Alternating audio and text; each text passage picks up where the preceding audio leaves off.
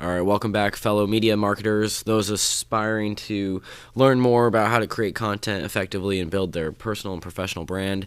Today we're going to be talking about audience network, how to build one. In the past few episodes, we've talked about video, imagery in your business, and some of the future ones we're going to be talking about podcasting, just building up these channels and these content databases that showcase your expertise is what we're going to be diving into a little bit deeper. But before building out those platforms, and you need to know why that's important, and maybe that can be somewhat of an incentive when times get hard. You can think back to yourself, okay, I'm trying to build this audience, that way I can leverage that and continue to build out my connections, lead to job opportunities, lead to really the sky's the limit on what the possibilities are. So in this episode, we're going to break down what is an audience, who is your audience, why it matters to have one, leveraging that network, and then how to build one. And then last but not least, some of my tips and my experiences with building an audience network. All right, let's cue the intro. Thank you for checking out the Media Marketing Podcast, a place where you can learn all things media and marketing related. Don't miss a beat in boosting your business and your brand. In each episode, you'll gain valuable insights, tools, and strategies to apply to your marketing efforts. And now your host, Brian Cargill. All right off the bat, what is an audience network? This is somewhat of a made-up term, but an audience, though, that is a group of people that are willing to listen to what you have to say or provide, or what you're sharing, and then a network, which is something that is, I think professionally, we look at a network as a group of individuals that are connected that allow you to maybe find job opportunities, our clients. So having an audience that is listening and engaged, and then using them as a network to provide those things that I just mentioned. And how I like to think of a network is, it's a connection of many people who have a common interest or goal or many goals, kind of built around a central theme or idea. Your personal network is built around you, but how you met those people or how those people came to be within your sphere is through some kind of common interest, whether you were at the same, event, geographic location, crossing paths, at a common grocery store, at a just local park, just thinking about what caused you to have that interaction, what caused your two spheres to overlap, and building that out is key, and especially in the digital world where the overlap and the connections, you can actually see who's connected to who, and you can kind of build upon that to lead to other opportunities. So there's a famous quote by Timothy Leary, "Find the others," and that's what your audience is. You're finding the other people that have similar goals to you, that want to accomplish the same things. And we're going to go into how to build it, but I think you guys kind of know where this is going, where you're building out your different digital channels. And I'm going to be talking about digital just mainly because that's within my wheelhouse. And that's, in today's day and age, having a digital presence is huge for your career, for prospecting, and it's cheaper than what it's ever been before. There's no gatekeepers, so the only gatekeeper is yourself when it comes to building out these platforms. All right, so next, identification. Finding your identity for, I'm stumbling through my words. That's a big part of it. So building a word bank of things that you'd like to be associated with, things that are common to your values. If you're within the dental world, you're looking for things that apply to dentistry. If you're in construction, you want to look for construction terms. And then you can think even more broadly. What are, integrity, thinking about these buzzwords, responsibility, being a part of those threads. Now, in the early stages of building your audience network, there's going to be a lot of trial and error and figuring out where your actual audience is, because you might have something in mind when you set out to find your tribe, and that can shift and change over time. And being adaptable and flexible, and not feeling like you need to put a round peg in a square hole, if you will. So where do you look for this audience? Well, you have different platforms. You have Instagram, you have LinkedIn, Facebook. On Instagram, you'd follow the hashtags. You can follow individuals that are within your sphere. And then on LinkedIn, joining groups. Facebook, also joining groups. Twitter, following the people that make sense. On Pinterest, following the right boards. And so all of those, you don't need to always build an audience from scratch, which is actually pretty challenging to do, but finding out where people already exist and tapping into that is huge. And if that sounds a little bit confusing about what I just said here, I'm going to go into greater depth, talking about each platform and building those specifically later in this podcast and throughout the series. So why does it matter?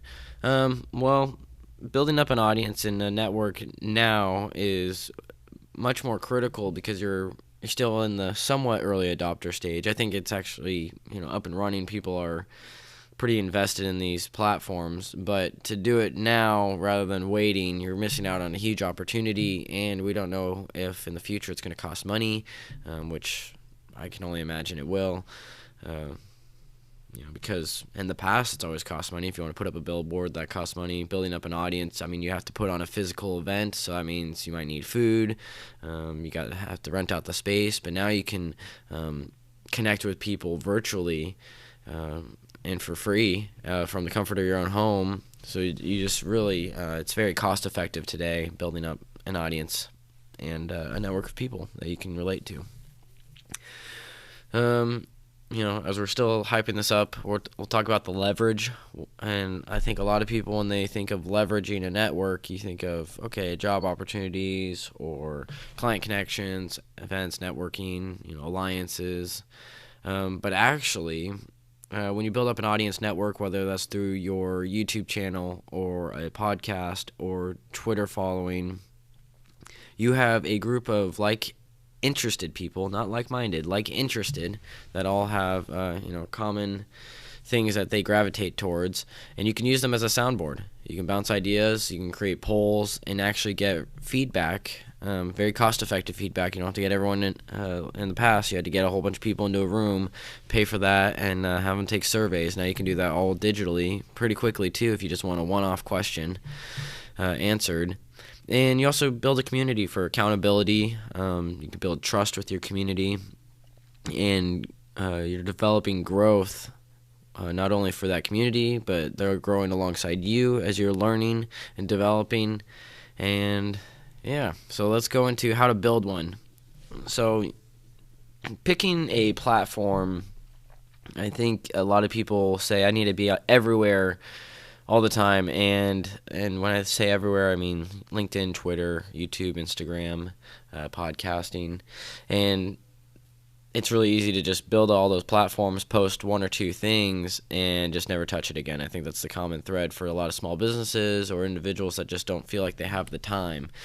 So I'd recommend figuring out what sounds interesting to you of all the platforms, really learning one as well as you can, and finding success, and then building out the other platforms, just because every platform has its own nuances, and you might have better strengths on one platform than the other. For Twitter, I think if you're a writer or an author or a comedian, that's just text, and so how clever you can be with your text and how concise is a strength there.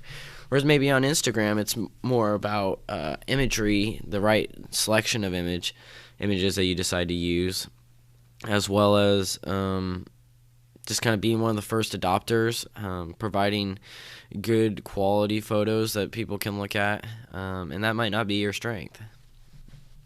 So once you've picked your platform, you built those out, to continue to build, it's about, like anything in a community, who shows up, who is providing value, who's interacting, who's going out of their way to connect with other people. So reaching out to people directly, having those individual interactions, those all go a long way towards building it. And I think a lot of people are like, well, how do I interact with 10,000 people? Well, it takes time, and yeah, you're gonna have people within that network of your followers that you have stronger relationships with, and people that are more acquaintances on the periphery. But throughout time, if someone wants to make that connection, you can do that through direct messaging, through commenting on a feed. And I think a big part of it also within a community, who do you look towards? You look to the people who have knowledge. So showcasing your knowledge on these platforms through different posts, really being thoughtful about what you're writing can go a long way. Answering questions. You think of in communities, the person that can respond to a common problem and solve that for people is usually well respected and well liked.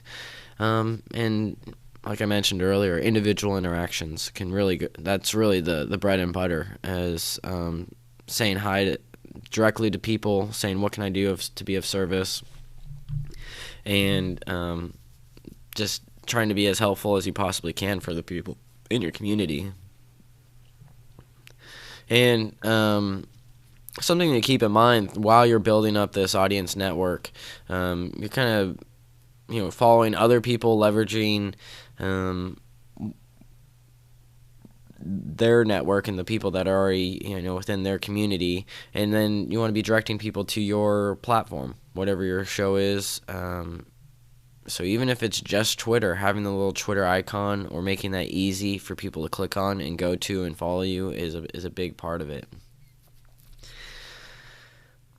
So some tips that I have is like starting small. I think everyone wants to do everything all the time, so start small and be easy on yourself, because there's a learning curve to all this stuff, and a lot of these big channels, they took time to get there. So even within your first year, if you only have a couple hundred people within your community or network, that's okay. It keeps building and building upon itself as you are making those interactions, or as you're posting frequently on a consistent basis.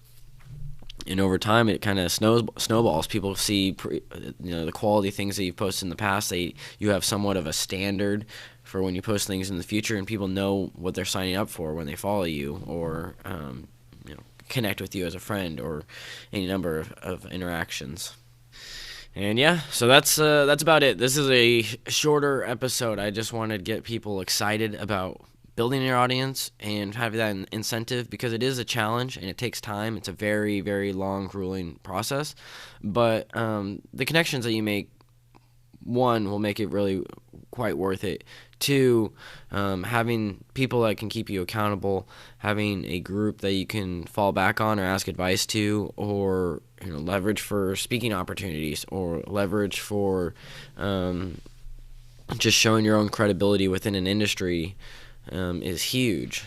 So in the future podcast, we will break down all the different platforms, what you can do to increase your visibility and professionalism on these platforms. And yeah, in the meantime, if you have any questions, please feel free to reach out to me. My email is info@briancargill.com. And I'd love to hear what you're experiencing and what I might be able to do to help you. My audience, my network is your network. So we're all trying to learn and develop. And so, it takes time. It's a challenge, and having other people to bounce ideas off of and to work through these things together is really impactful and meaningful in today's, long, grueling journey of building these things out. And everyone's at different stages, and everyone has their own set of challenges that they're going through. So having people to lean on is a really great thing, and especially being able to do it virtually, quickly, fast, and efficiently is awesome. So, all right, that wraps things up for building an audience network. Until next time.